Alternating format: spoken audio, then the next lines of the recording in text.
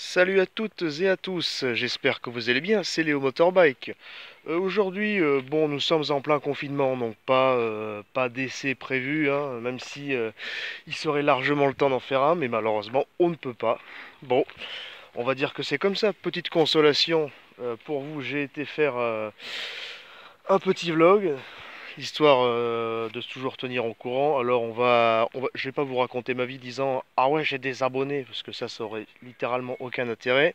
C'est pas une chaîne portée sur ma petite personne, c'est une chaîne portée sur tout ce qui est actualité du monde du sans permis, du 50 cm3. Pour commencer, je me suis fait une petite fiche et donc je vous parlerai un peu de l'actu et puis après, comme cette moto est une moto sans permis, je vous en parlerai un peu après pour ceux qui ne la connaîtraient pas. Niveau actualité, alors les deux plus gros constructeurs, on va dire, de VSP mettent en ce moment, on va dire, les bouchées doubles. On a Exam qui a sorti sa nouvelle gamme, qui pour l'instant, je vous avoue, me déçoit. Parce que c'est simplement un relift, je vais vous mettre des images bien entendu en illustration. C'est simplement un relift, il n'y a pas de changement niveau mécanique, pas de changement niveau intérieur, etc. Alors certes c'est joli, mais est-ce que l'esthétique d'un véhicule en fait tout son intérêt? Je ne sais pas. Deuxième information, euh, l'IG Microcar est en train en ce moment de développer une nouvelle plateforme. Alors, quelques informations fuitent un peu par-ci par-là. Et la voiture est prévue pour septembre. J'ai réussi à savoir que la voiture était prévue pour septembre, mais pas plus. Personne ne le sait, ni les concessionnaires, ni personne. J'ai posé la question sur le compte Instagram de l'IGE et on sent bien qu'il voulait pas répondre. Mais j'ai quand même demandé, j'ai quand même fait bien attention de poser la question quand est-ce que la voiture va sortir pour voir si elle allait réellement sortir. Et ils m'ont dit ah il faudra être patient. Donc on peut en conclure que la voiture va vraiment sortir. Si je ne vous l'ai pas dit, alors la plateforme, oui c'est une plateforme, donc pas un véhicule, ce serait une plateforme qui pourrait accueillir aussi bien des modèles thermiques que électriques. Bon, pour l'instant, je ne pense pas qu'on puisse attendre d'hybride, encore moins d'hybride rechargeable. On est dans le monde du sans permis. Alors, deuxième petit point, la Armano. La Armano dont j'avais fait la présentation il y a quelques temps. Alors je me suis renseigné sur cette voiture. Déjà, il n'y a pas beaucoup de sources en français. Je vais essayer de vous trouver, si j'y pense, toutes les sources disponibles sur cette voiture. Mais le mieux, c'est tout simplement d'aller sur le site de Armano, tout simplement, où on peut trouver leur Facebook, leur Instagram. Alors, j'ai été contacté, du coup, je présume, Giuseppe Armano. Je dis je présume parce que j'ai pas demandé avec qui j'étais en contact. Et enfin, la personne qui m'a répondu sur Instagram m'a dit que la voiture ne sortirait pas. Alors, je suis désolé de vous casser vos rêves comme ça, mais la voiture ne sortira pas. En tout cas, il n'a pas été prévu qu'elle sorte. Euh, la personne que j'ai eue m'a dit que c'était un exercice stylistique, on va dire. C'était juste pour s'amuser. J'ai envie de dire, c'est un peu dommage. Bon, fallait s'y attendre. Quel aurait été le public? Qui aurait pu construire une telle voiture? C'était une grosse question. Donc sinon voilà, j'ai pas trop d'informations sur les autres constructeurs enfin je veux dire les autres à part l'IG Group et Exam, pas grand chose. Je vais checker de temps en temps leur site, etc. D'ailleurs, pour vous tenir en quête d'actualité, je vous conseille de faire pareil, d'aller checker, d'aller poser les questions, pareil sur Instagram. Sur Instagram, sur Facebook, etc. On s'en fiche, c'est pas la plateforme qui compte, c'est vraiment l'investigation, quoi. Ensuite, j'aimerais vous dire que je souhaiterais aller un peu au-delà du sans permis avec la chaîne, en filmant notamment des véhicules 50 cm3. Quand je parle de véhicules, je parle de deux roues. Parce que ce sont des véhicules qui sont idéaux, je sais pas si ça se dit, mais on va faire comme si, qui sont parfaits pour rentrer dans cette catégorie, puisque pareil, permis AM ou pas de permis si vous n'en avez pas. Je vous conseille quand même de passer le permis AM. Ça coûte pas extrêmement cher et puis ça vous donne une formation au moins. Parce que voilà quoi, si vous connaissez pas le code de la route, ça peut être dangereux. C'est pas le... Les gens vont critiquer les véhicules, mais c'est pas les véhicules qui sont critiquables. D'ailleurs, en parlant de ça, je pense que trop de personnes stigmatisent les véhicules sans permis, en particulier les voitures sans permis, non pas parce qu'ils n'aiment pas ça, mais parce qu'il faut. Ça, c'est le il faut. On est en France, si on ne fait pas, c'est qu'on est un boulet. Si on dit j'aime le tuning, c'est qu'on est un boulet. Si on dit j'aime les VSP, c'est qu'on est un boulet. Si on dit, je sais pas, j'aime Joule, c'est qu'on est un boulet. Voilà.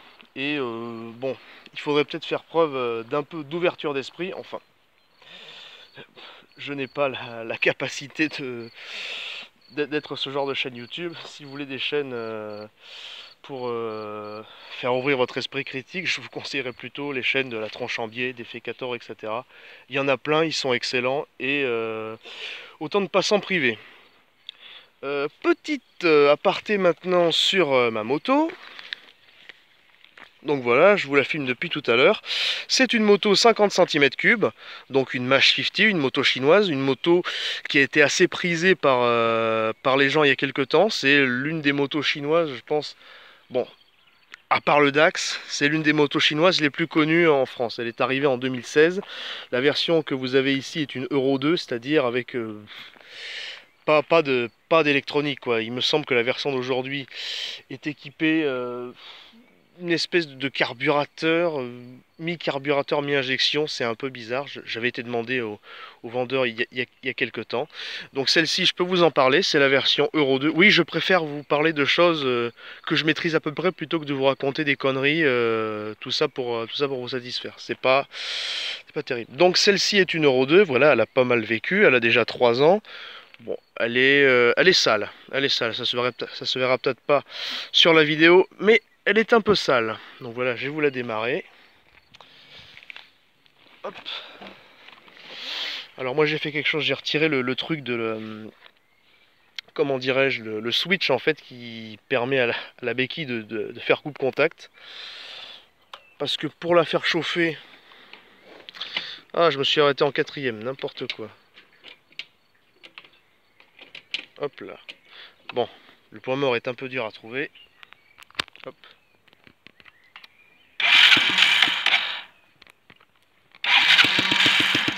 Allez, on se réveille. Voilà.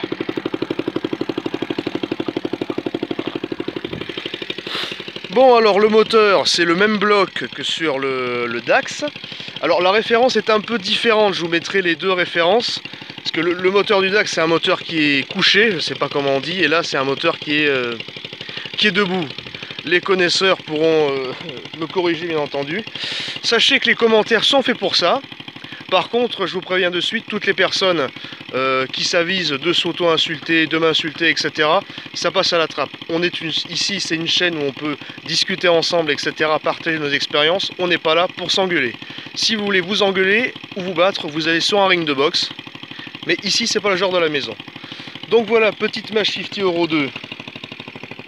Frein à disque à l'avant, frein à tambour à l'arrière. Bon, je vais pas vous faire la présentation, je l'ai déjà faite.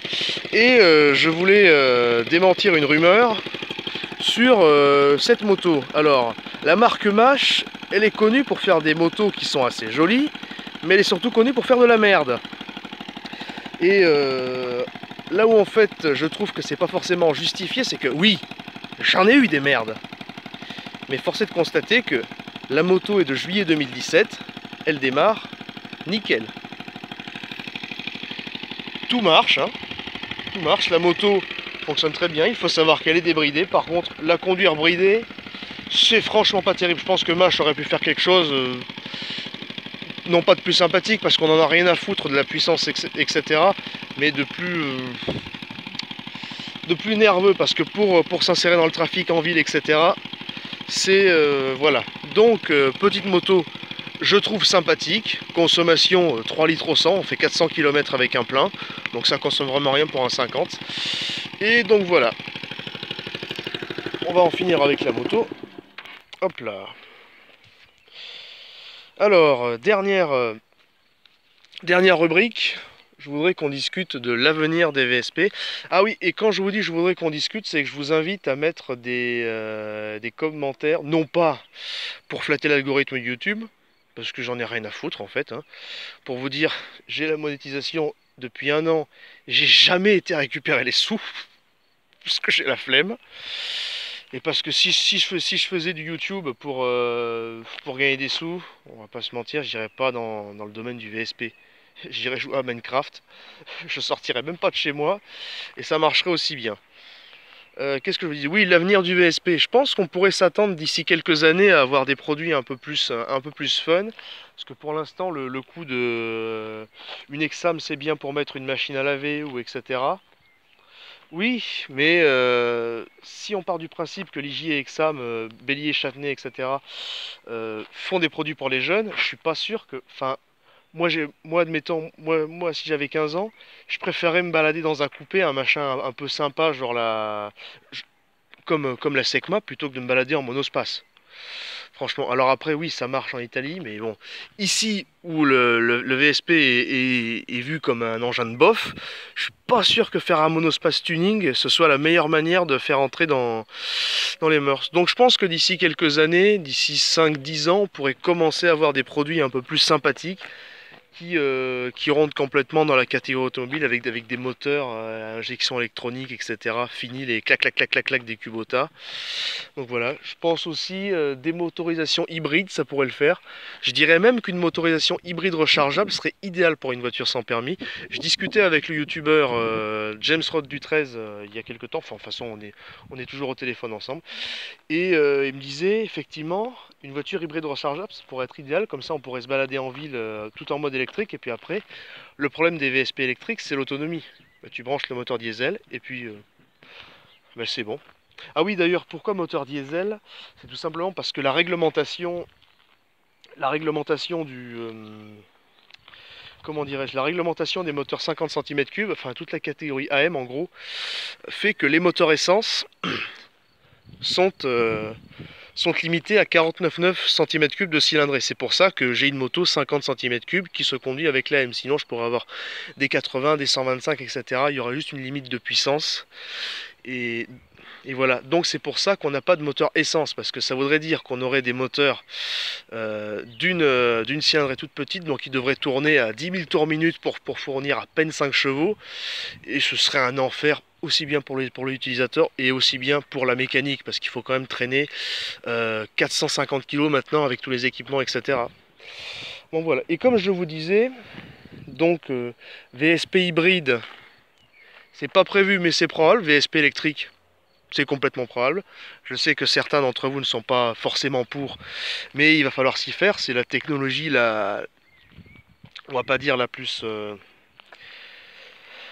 pas dire la plus rentable. Comment dirais-je? C'est la plus propice à l'écologie. Et j'en vois déjà qui froncent les sourcils. Je vais vous expliquer pourquoi je pense que l'électrique est une solution d'avenir. Les batteries au lithium, c'est de la merde. Pourquoi c'est de la merde? Parce que ça se recycle mal, c'est recyclable, mais les industriels, ça les intéressera pas parce que ça leur fera perdre de l'argent. En revanche, les moteurs électriques, et c'est là où ça devient intéressant, un moteur électrique a un rendement de 90% environ. Tandis qu'un moteur diesel, lui, a un rendement de 40%, et un moteur essence, c'est pire, c'est 36% environ. Donc c'est pour ça que l'électrique peut être considéré comme bonne pour l'environnement, c'est que on tire quasiment toute l'électricité, donc toute l'énergie qui est emmagasinée dans la batterie, est utilisée en tant qu'énergie motrice. Sur un moteur thermique, comme son nom l'indique, une partie, voire une très grosse partie de l'énergie est convertie en chaleur. Donc c'est pour ça. On gâche un peu. Et puis il faudrait un substitut, de toute manière, un substitut au pétrole. Et tout ce qui est biocarburant, on ne peut pas forcément se permettre d'utiliser ça parce que les terres, il faudrait planter, admettons, du colza pour tout ce qui est biogasoil, etc. Il faudrait en planter des milliers d'hectares. Soit on empiéterait sur les terres et sur les cultures qui servent à l'alimentation, et ce ne serait pas forcément le but. Soit il faudrait les acheminer dans des zones désertiques. Le problème, c'est que les zones désertiques, ce sont souvent des zones arides. Donc soit dans le désert, il faudrait acheminer des millions de litres d'eau, ce qui serait absolument catastrophique pour l'environnement, soit il faudrait aller réchauffer des terres déjà froides, notamment en Antarctique, et ce serait une catastrophe aussi. Donc tout ce qui est biocarburant, c'est une alternative, mais c'est pas une fin en soi. Bon, écoutez, ça fait déjà un quart d'heure qu'on est en train de déblatérer sur ces propos. Bon, le montage ne sera pas exceptionnel, mais bon, c'était juste l'histoire. C'est pas une vidéo qui était, on va dire, graphique. C'était simplement pour entre guillemets discuter et puis lancer des débats. Alors, n'hésitez pas à dire ce que vous pensez en commentaire. De toute façon, n'hésitez pas à commenter pour quoi que ce soit si vous avez des questions, bien entendu. Mais comme je vous dis, les tout ce qui est insulte, etc., pour montrer, regardez, regardez, moi j'ai raison, regardez, moi j'ai réussi ma vie parce que je roule, je sais pas, en Peugeot et que toi t'as une sans permis, ou alors moi je suis plus fort que vous parce que j'ai la dernière exam. Je vous préviens, premièrement, vous êtes des abrutis, vous servez à rien. Attendez, vous voulez que je vous dise quoi? Vous voulez que je vous félicite? Non. Et le seul intérêt que vous avez, c'est qu'en postant vos commentaires haineux, vous faites plus de commentaires, donc vous ramenez l'algorithme de YouTube, et donc la seule chose que vous réussissez à faire, c'est à faire que j'ai plus de fric. Voilà. Donc voilà, comme ça peut vous dissuader. Bon, sur ce, moi je vous dis à la prochaine, et puis portez-vous bien, et bon confinement à tous, bonne fin de confinement, parce qu'on est quasiment en mai, et puis moi je vous dis à la prochaine.